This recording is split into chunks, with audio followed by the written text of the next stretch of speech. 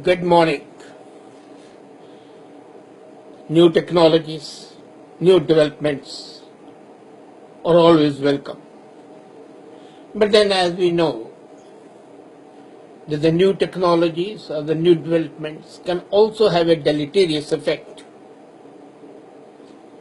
Recently, a few days back, one young 13-year-old girl was killed by the sexual predators, killed by the abnormal, mentally diseased, or what they call it, mentally challenged, sexual perverts, and the means that they adopted to get to this girl called Lowell in States is a new app called Kick, K-I-K. In a series of apps concerning texting, messaging, and talking online. A new app, comparatively, that has become a craze with the teenagers.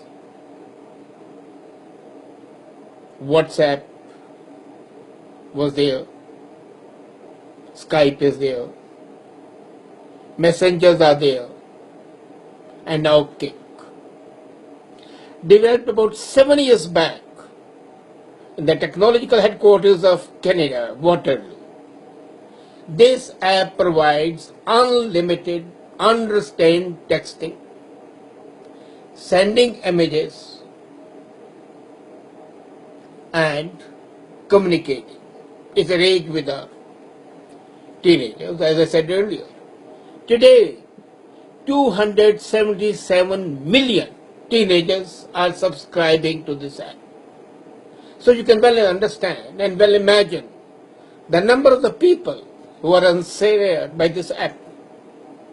Now, the job is the same, identical to WhatsApp, but with a major difference. While WhatsApp is used through your telephone, in this app, Kick, you can use an imaginary, made-up username, so anonymity is assured. And herein lies the rub. Since the anonymity is assured, teenagers don't know whom they are talking to.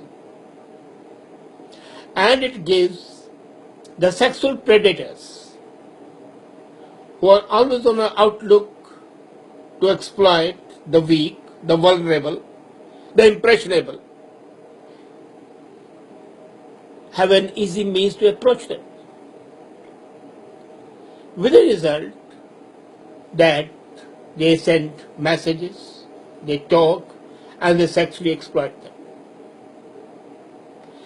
The danger is so large that police in 7 states and provinces in US and Canada had to issue serious warning. The latest warning comes from Sudbury. It came in Vancouver. It came in Toronto. It came in Vaughan in Canada. It has come in states in a large number of places, especially after the killing of that young 13-year-old bubbling young girl, Nicole Lowell. You must be asking, what's wrong with sending messages? What is wrong is not in sending messages. What is wrong is in inciting teenagers to send sexually explicit messages. Earlier, a bot scam came in this app. According to the police in Sudbury, which was exhorting them, persuading them to put in pictures which were sexually suggestive, pictures of their own selfies, in sexually suggestive poses, showing the body parts, and the young girls and the boys are tempted by the sweet talk of the predator. One father was very intelligent. He came to know the username of his daughter and started communicating with one such predator. Could somehow or the other get the name and the address and then inform the police, and the guy was arrested. But then such careful parents are few and far between. So what to do? Herein lies the responsibility of the parents. Parents have to ensure that they are really parenting. Unfortunately, in today's world, especially in countries like Canada, parents have forgotten their job of parenting. They assume that once they have created a child, which may only be a byproduct of their sexual encounter with a partner, their responsibility is almost finished. Since it's confined only to provide A, food, B, shelter, C, the means to get through to the world. The advice, oversight, suggestion, discussion, interaction is absolutely missing. People are so engrossed in their mercenary affairs and in their efforts to get money to provide those services which could have been done in a more economical manner had they taken a couple of hours off every day to interact with their children, which they don't do. And the children, as a result thereof, since the communication is lacking at the basic level when the child is growing up, comes to depend more on his peers. The peer group pressure becomes much more powerful.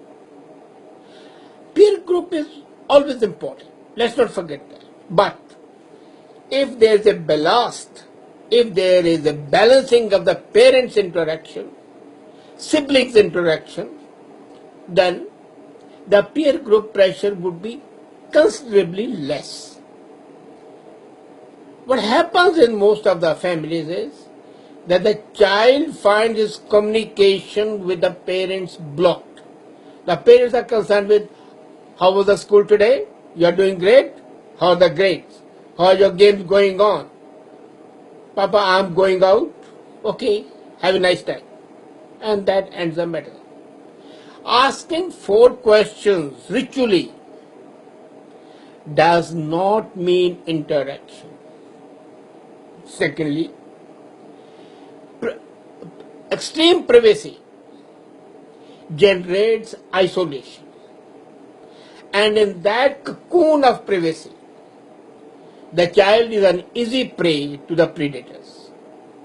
A bit of a sympathy, a bit of love, a bit of affection develops trust. And that trust is the base for future exploitation. It's not the people who develop these ads who are responsible. Let's be very clear. It's not the app which is bad. It is the application of the app and the ability of the others to misuse it that is bad. When Kik was developed, it was not developed as a tool to sexually exploit the teenagers. It was developed as a tool for the teenagers to interact. And then the bad elements stepped in and started making misuse of this app. Because for the simple reason there was no system of checks and balances. How many parents ever try to watch with whom their son or daughter is interacting? What sort of interaction it is? What sort of relationship they are developing? How are their mood swings if a child is getting blackmailed? Are the parents aware? In 9 out of 10, they are blissfully unaware. And in the remaining 1 case, They will say, well, something is wrong, but what to do? The child is not telling us, and there the matter ends. This is a clear case of abdication of responsibility. It's a clear case of dereliction of sacred duty of being a parent. This is a breach of trust as a parent, as a father, and as a mother. We have to ensure, A, to guide the child to the proper use of any technological development. B, we have got to ensure continuous monitoring.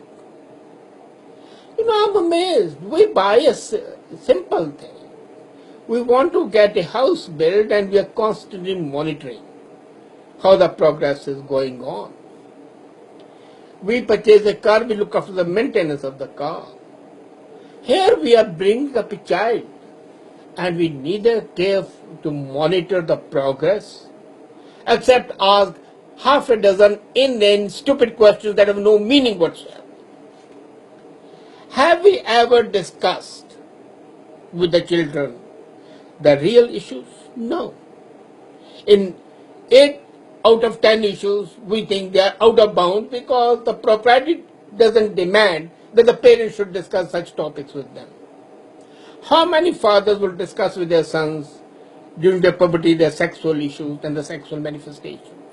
How many moms and their dads would discuss with their daughters the need to take precautions during sex? The very word sex would send them tremors in them. And when the provincial government wants to have sex education, they are up in arms saying that they can teach sex. What stupidity! They can, provided A, they are capable, B, they are interested. 8 out of 10, even they are not capable of the needs and the subtle nuances. The act of sex, which is very attractive to the teenagers, has to be explained to them, and all the modes and all the precautions have to be told to them, and also the dangers and the pitfalls have to be told to them. Say the parents are not there, say the school doesn't teach them because of the parents' object, what do? Again, follow either the tantalizing comments of the online predators or succumb to the stories of their peers, which might be true, might be just fanciful. So this app, while it's causing concern, the major concern is the parents' attitude. The attitude to monitor, to oversee, to guide. The King of England has 3 rights. So has the Governor General of Canada, incidentally. And the rights are to know. The right is to suggest. The right is to warn. How many parents suggest? How many parents, first question is no. Are they aware of what their children are doing? They are not. The danger to the society is this blissful ignorance and blissful being blind to the needs of the younger generation. I'm not saying pry into every affair, but then you must be privy to their inner thoughts and actions. The child must be able to communicate with you and depend on you. The child must know that here is my dad or here is my mom who are there to support me whatever happens. And I can trust them blindly. If I have done something, right or wrong, I'll tell them. And there will be no recrimination, no fear, no danger to my integrity, to my own capability, or to my persona. When the parents show respect to the personality of the child, and then they establish a communication, the danger of these apps would be minimized. It may not be absolutely over. It may not 100% be clean, but the danger is so minimal that it can be ignored. But the need is to wake up. It's a wake-up call to the parents and also to the law and order authorities to ensure continuous monitoring of the apps like this Kick and simultaneously other online sexual tools to exploit kids. Wake up before it's too late. Wake up if you really deserve to be called parents, guardians, guides, protectors, and well-wishers of your generation. Wake up and you will see how happy you would be, how happy your family would be. Wake up to a new life and let your children bloom like flowers, not be crushed like weeds.